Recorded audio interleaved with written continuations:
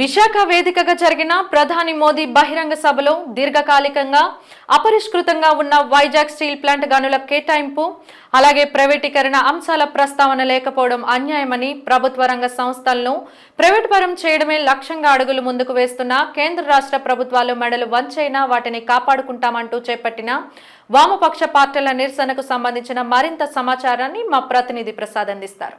Visakha steel plant ప్రైవేటీకరణ విషయంలో అయితే కనుక నిన్న నగరానికి వచ్చినటువంటి ప్రధాని మోడీ ఎటువంటి ప్రకటన చేయకపోవడం, అదేవిధంగా మెటల్ స్టీల్ ప్లాంట్కి ఇటు చంద్రబాబు కావచ్చు లేదంటే పవన్ కళ్యాణ్ కూడా మద్దతు ఇవ్వడం సబబు కాదని చెప్పి ఈరోజు నగర వ్యాప్తంగా వామపక్ష పార్టీల ఆధ్వర్యంలో నిరసన కార్యక్రమం జరుగుతుంది. అందులో భాగంగా జగదాంబ కోటలో అయితే కనుక ఏఐటీసీ, అదేవిధంగా సిపిఎం, సిపిఐ, అదేవిధంగా సిఐటి ఆధ్వర్యంలో అయితే కనుక భారీ నిరసన ప్రదర్శన జరుగుతుంది. అయితే మనతో మాట్లాడడానికి నిరసనకారులు వారిని తెలిసిన ప్రయత్నం చేద్దాం. సరే, ఏంటి అసలు నిన్న నగరానికి వచ్చినటువంటి ప్రధాని మోడీ కావచ్చు, లేదంటే ముఖ్యమంత్రి చంద్రబాబు నాయుడు కావచ్చు, లేదంటే ఉప ముఖ్యమంత్రి పవన్ కళ్యాణ్ గారు కావచ్చు, వీళ్ళెవరూ కూడా స్టీల్ ప్లాంట్ గురించి ఎటువంటి ప్రస్తావన తీసుకురాకపోవడం ఏ విధంగా చూడవచ్చు? చాలా దుర్మార్గం అండి. 2 లక్షల కోట్ల రూపాయలు ప్రారంభోత్సవాలు శంకుస్థాపనలో చేశారన్న ఉద్దేశంతో ఇక్కడ ఎంత డబ్బు ఖర్చు పెట్టవలసిన పని లేదు. ఆయన ఢిల్లీ నుండే వర్చువల్గా చర్లపల్లి రైల్వే స్టేషన్ ప్రారంభోత్సవం చేసినట్టు చేయొచ్చు. ఇదంతా ఆంధ్ర ప్రజలను మరొకసారి మోసం చేసే పద్ధతి. ఇది చాలా దుర్మార్గం. ఎక్కడ కూడా 4.5 సంవత్సరాలుగా విశాఖ ఉక్కును ప్రభుత్వ రంగంలో కొనసాగించాలని డిమాండ్ చేస్తున్న కార్మికులు, ప్రజలు, ఉత్తరాంధ్ర ప్రజలు, ఆంధ్ర రాష్ట్ర ప్రజలు ఏమాత్రం వాళ్ళు నిమ్మకి నీరెత్తినట్టు వ్యవహరించడం సిగ్గుచేటు, శోచనీయం. ఇది చాలా దుర్మార్గంగా సిపిఐ, సిపిఎం పార్టీలు మేము ఖండిస్తున్నాం. మీరు చంద్రబాబు నాయుడు గారు మెత్తలకి, ఉక్కుకి సహాయం చేయండి అని ప్రధానమంత్రి గారిని కోరడం, ఇంకొక పక్క పార్లమెంటు సభ్యుడు టీజీ వెంకటేష్ ఆర్థిక మంత్రిని, ఉక్కు మంత్రిని కుమారస్వామిని కలిసి మెత్తలకు సాయం చేయమని అంటే మీరు ఎవరికి వారధులు? ప్రజలకా, పెత్తందారులకా అని మేము ప్రశ్నిస్తున్నాం. ఇది చాలా అన్యాయం.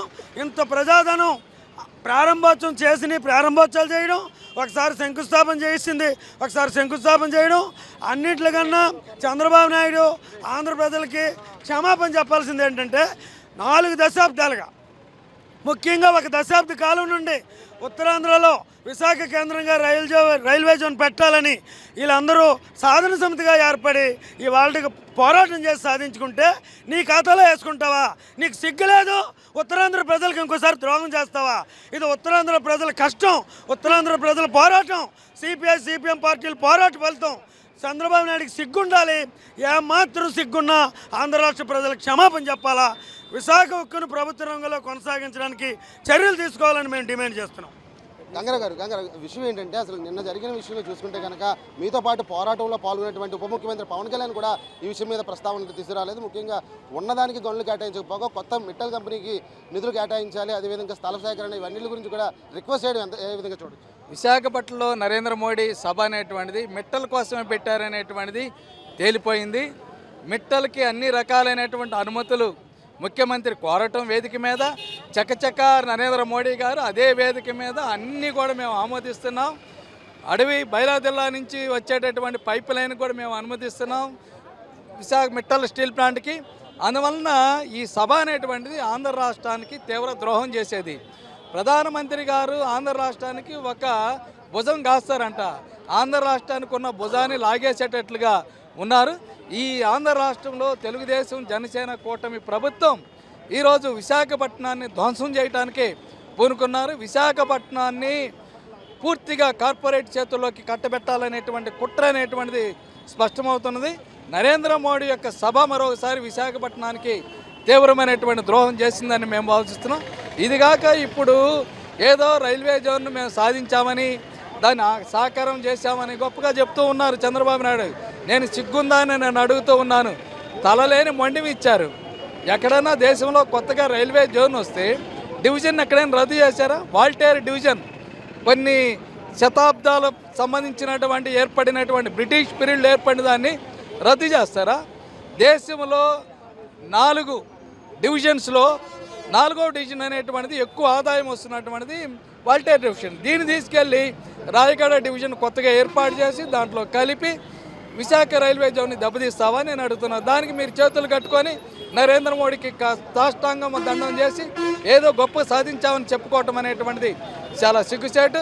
ఇప్పుడు నరేంద్ర మోడీని విశాఖపట్నం తీసుకొచ్చి ఇంకొక ప్రమాదాన్ని తీసుకొచ్చారు.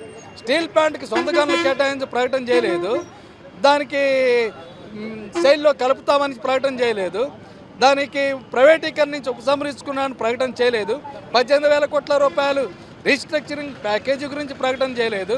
పైపెచ్చి ఇప్పుడు షిప్ యార్డ్ను కూడా ఆధునీకరణ పేరుతోటి అదానీ కట్టబెట్టడం కోసం ఆ ప్రకటన చేపించారు నరేంద్ర మోడీని.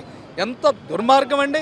స్టీల్ ప్లాంట్ పోయి, షిప్ యార్డ్ పోయి, బిహెచ్ఎల్ పోయి, అన్నీ పోయిన తర్వాత విశాఖపట్నం ఏముండదు, అదానీ విశాఖపట్నం అవుతుంది తప్ప ఇంకోటి ఏం కాదనేటువంటి మేము అనుకుంటున్నాం. భవిష్యత్ కార్యాచరణ ఏ విధంగా ప్లాన్ చేస్తాం? తీవ్రంగా ఉండదు. ఇప్పుడు దాకా బీజేపీ మీద మేము తీవ్రంగా పోరాడాము, ఇప్పుడు దాకా వెయిట్ చేశాము. చంద్రబాబు నాయుడు, పవన్ కళ్యాణ్ గారు విశాఖపట్నం స్టీల్ ప్లాంట్ని మేము రక్షిస్తామని చెప్తూ వచ్చారు, మాటలు చెప్తూ వచ్చారు. ఇప్పుడు దాకా వెయిట్ చేశాము, వాళ్ళకి సహకారం కూడా అందించాము అన్ని విధాలుగా. ఇప్పుడు తేలిపోయింది, విశాఖపట్నం స్టీల్ ప్లాంట్ని దెబ్బతీసేసి దాన్ని తీసుకెళ్ళి మిట్టల్కి దారాదత్తం చేయాలనేటువంటి కుట్ర ఇందులో దాగుందనేటువంటి మాకు తెలిసిపోయింది. అందువల్ల నరేంద్ర మోడీ, పవన్ కళ్యాణ్ కూటమి ప్రభుత్వాన్ని మటుకి వదిలే ప్రశ్నే లేదు. వేటాడుతాం, పోరాడతాము, వాళ్ళు మెడలు వంచుతాము. నరేంద్ర మోడీకి వ్యతిరేకంగా పోట్లాడేటటువంటి స్థితిని మేము ఈ కూటమి ప్రభుత్వానికి తెలియజేస్తాం. లేకపోతే తెలుగుదేశం జనసేన కూటమి ప్రభుత్వం బీజేపీకి ఏజెంట్గా, అదానీ, అంబానీ, మిట్టల్ లాంటి కార్పొరేట్ సంస్థలకి ఏజెంట్గా దిగబడి ఈ రాష్ట్రాన్ని బలిచ్చేటటువంటి పార్టీలుగా మారుతూ ఖబర్దారు హెచ్చరిక చేస్తున్నామని మేము తెలియజేస్తూ ఉన్నాం.